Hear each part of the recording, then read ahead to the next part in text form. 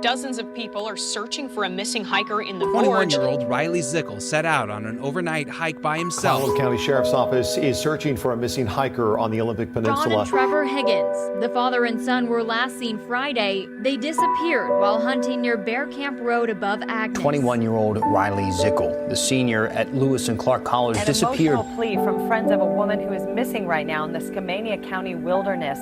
She's 19 years old, Maureen Kelly. Searchers are looking for a 76-year-old farmer who did not come back from mushroom hunting near Grangeville.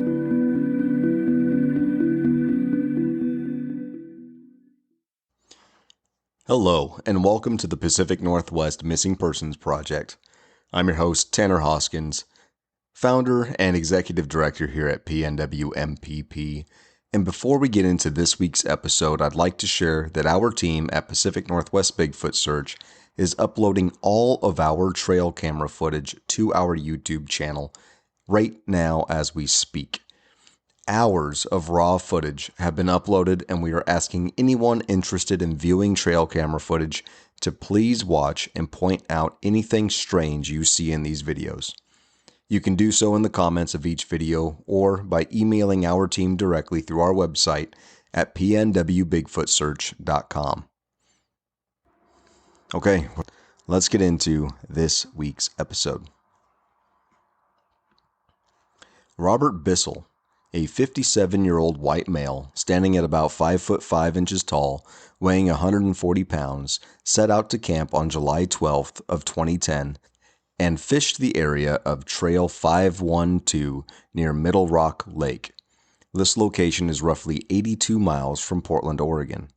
Robert had filled out a wilderness pass at the Shell Rock Lake trailhead, trail number 700.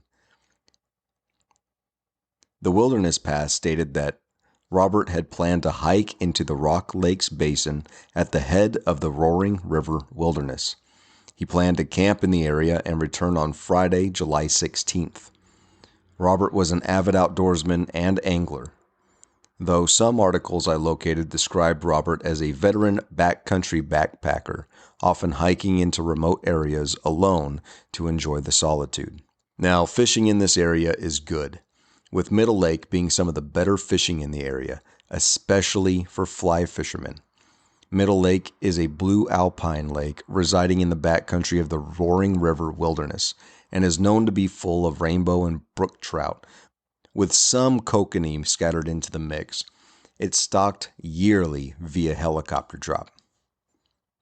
Now, the hike that Robert would have been on should have taken him about 7 miles from Trail 700, and if he was to do the full loop of all of that basin area, it would have been a 12.5-mile hike. Upper Lake requires a bit of bushwhacking to get into, and it's the second best lake for fishing. It's also the deeper of the three lakes, with Lower Lake being the shallowest and the least likely for most fishermen to want to spend time at. On July 17th, Robert's brother Michael became concerned and visited the campsite on July 19th. Michael found Robert's unoccupied campsite at Middle Rock Lake and left his brother Robert a note. Michael believed that Robert must have been on a day hike fishing in the area, as Robert's sleeping bag and all of his overnight gear was still at the campsite along with his tent. The only items missing from the campsite were Robert's tackle box and fishing rod. 5 more days would pass with no word from Robert, and on July 24th, Michael visited the area again. When Michael located Robert's vehicle, still parked at the trailhead, he knew something was very wrong.